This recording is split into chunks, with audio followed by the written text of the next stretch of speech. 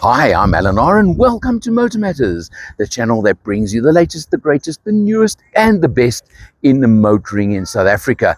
So what have we got now? Something very, very new for you. Omoda, and it's a C9 PHEV, which means plug-in hybrid electric vehicle. So it's a plug-in hybrid, 1.5 litre turbo petrol engine plus electric assistance. Now, just before I move anywhere else, I want to show you something very interesting. If you come very close here, that little thing there is a front view camera.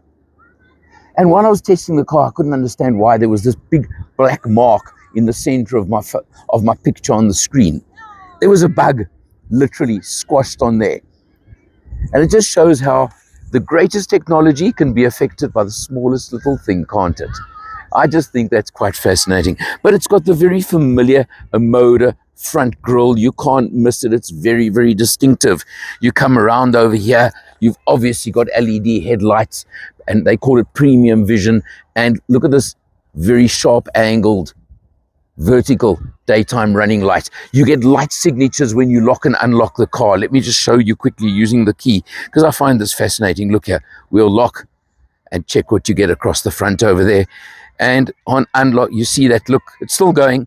There you go. Just very interesting light signatures, they call it. And when you unlock again, you get light signatures. Just little touches. Maybe it's gimmicky. I don't know. I don't particularly care.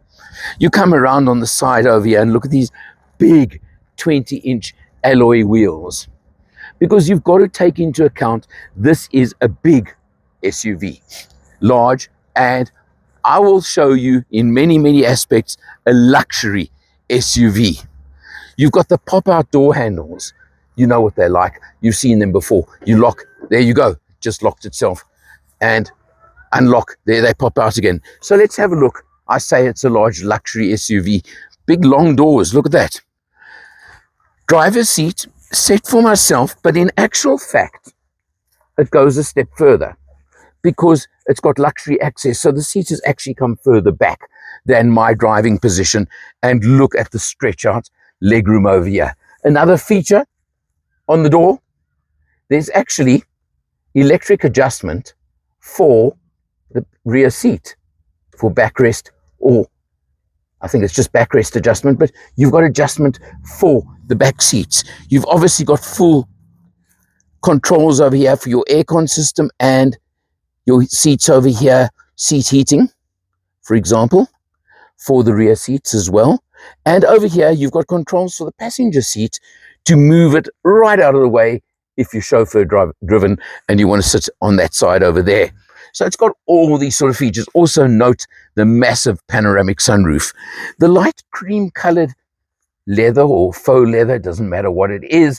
Upholstery, well, it's a matter of taste. I think it looks good, looks really classy, but for family use, well, it's up to you. Also note extra aircon vents in the door pillars as well. Those are always features that you want to see on your luxury end car. So all of those there, tons of headroom, tons of legroom. It's really a good space to be, even in the back seat. Although, obviously, I would rather be driving it, as I'm sure you know. Come around to the rear, you've got a massive tailgate. Look at that big spoiler over the back over there. And let me play with the light signatures again, because I've just locked the car, and there you go. Look at that. It just, as I say, a bit of fun, but it may be silliness, but I think it gives you the right impression. Unlock as well. It says to you all-wheel drive, very important, because you've got, of course, the petrol engine and electric motors driving both axles. So very, very important.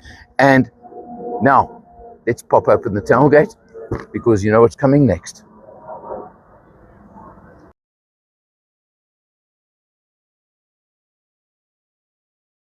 Of course, it's time for the Allen test. Nice low flat sill, so nice and easy to get in and out. I'm leaving the shelf in place, but let's not worry about that. But boy, oh boy, this is a big boot. This is at least a 2.5 Allen. I can tell you that now. Why I'm only giving 2.5, I would have given even more. I mean, if I lie flat, you'll get more. But it is a very steep tailgate. You can see the slope of it. So I'm taking off a little bit for that. But a good 2.5. I can tell you that much. Could maybe even go a bit better. Under the boot board over here, no spare wheel because you've got batteries, you've got power cables, you've got all those things, of course, that you expect because it is partly electric powered. Now, talking power, and I'm quoting the figures according to manufacturer. How does 440 kilowatts and 915 Newton meters of torque sound to you driving all four wheels? So let's check it on the road. Let's have a look inside. Eleanor from MotorMatters. Laurie Smith from where? Da-da-da-don. Da-da-da-don. What are we in today, Al? The Omoda C9 PHEV. Oh, look at the steering wheel. Look at this. Yeah. Classy, screen, infotainment, Classy. and dash. Yeah.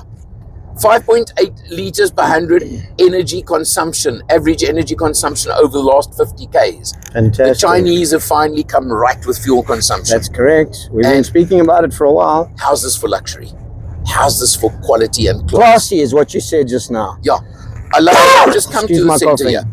I love the actual, look at these lacquer knobs for aircon system, for temperature, for fan, for all those things. It's always better to have it a bit more tactile than 100%, yeah. But it's got it all in the back. Massive. A lot of room over here, and it's got a panoramic roof. Yeah, we'll do the Allen test on the boot, obviously, just now, so you know that's coming. Yeah. But you know what? I know R1 million sounds like a lot of money. That is a lot of money. But it's a lot of car for the money, eh? Because you and I were chatting. What does this compete with? Yeah, listen, that's always the acid test, is whether it's going to resonate with buyers enough 100%. to pay the R1 million. Yeah, I mean, you're looking at, there's similar vehicles from BMW, from Merc, a lot more expensive, that are going to hit you 1.3, 1.4, 1.5, especially to try and spec them to this level, right? Yeah. So you've got that. You've got Lexus. Yeah, Lexus probably would be closer on price, but I think still a bit above this. Yeah. Put your foot down a little bit. But let's see what this thing does. Whoop-bye. Just feel. Oh, the camera's getting closer to my face. The acceleration. Now, just did I say 440 kilowatts? I think you did. 915 Newton meters of torque. That's big. That's big. It's a lot. But it's not brute power, if I can call it that. It's electric power. It's got that. That almost visceral feel of. You know, pushing you back in your seat. You compare it to a C63 or a M3, those cars that have got 375, 400 kilowatts. They raw power. This will go when you want to overtake, when you want to put foot, but it's not quite in that sense. Yeah. But it's smooth, it's comfortable, it's lekker. I'm enjoying it. Yes, sir. And that's it for today. That's it. So jumping in behind the wheel, you got twin 12.3-inch screens, obviously instrumentation, and there's the infotainment, which you'll come to now. Now the question is fuel economy, fuel consumption. Interestingly, I can only get a reading for the last 50 Ks each time, but I can tell you it's been pretty consistent. Now, it tells me that the fuel usage is 6.2 liters per 100, and your overall energy consumption 5.2 liters per 100. Now, if you consider that this is a big car with plenty power, I can tell you that you could drive it all day at the 6 liters per 100. I know there are figures quoted of 1.9 and all that kind of thing, but that's if you're using it in electric in urban use only. I've done quite a lot of mileage in the car, and I can tell you that that's a lot of open road as well, because urban is where you're going to score even more when it comes to hybrids and electrics. Also, there's still 119 kilometers of electric power left, and I can tell you there's over 200 Ks of petrol power. You can get a range of at least about 1,100 kilometers on a tank and a charge, and I think that's pretty exceptional. Your gear shift over here, stalk, reminds you of somebody else, doesn't it? And talking about reminding you of somebody else, I'm not going to say who. Look at those controls over there. You saw them on the back seat as well, for both driver and front passenger, for the electric adjustment on the seats. I'm not going to say more than that, okay? I think you get the picture. You've got your haptic buttons and switches on the steering wheel for all your different controls. And I'm not going to go into it. You know there's every possible safety feature built into this car, like you would expect. Coming to the infotainment screen, let's just check something out over here. And I want to show you when I put the car into reverse. Look over here.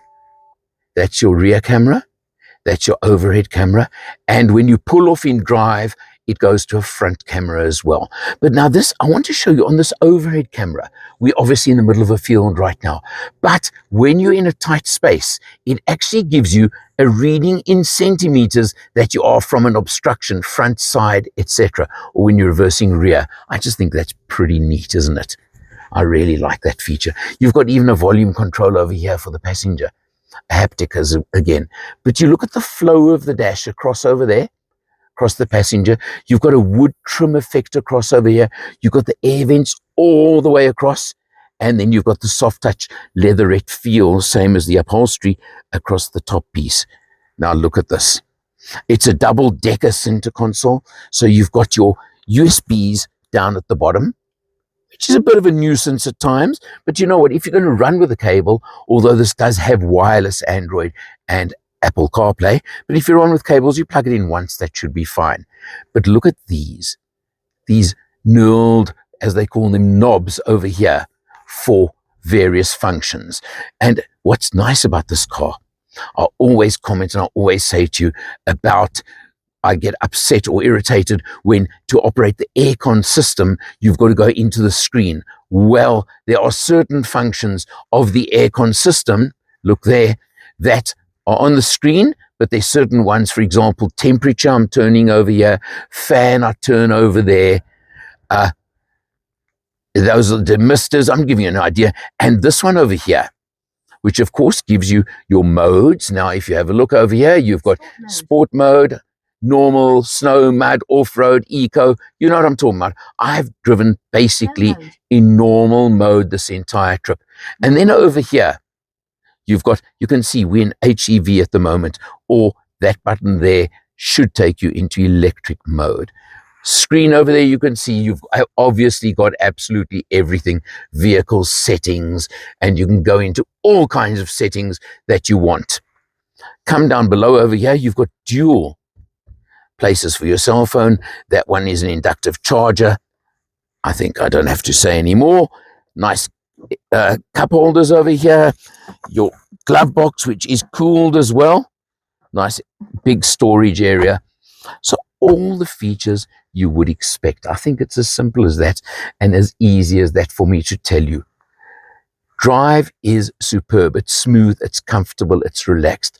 This qualifies as a full-on luxury large SUV. I don't know if I mentioned the massive panoramic roof over here. I think I did, but not important.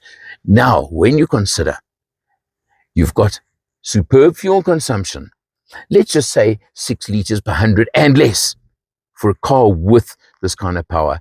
Now, I've discussed it when we're on the road. I know a lot of people say it may not quite feel like 440 kilowatts, or let me put it this way, it's not a beast that some other cars with this kind of kilowatt rating would feel like.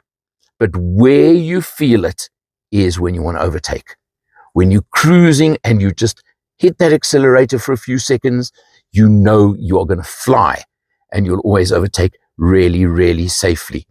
And I think that's an important feature. So, what have I left out?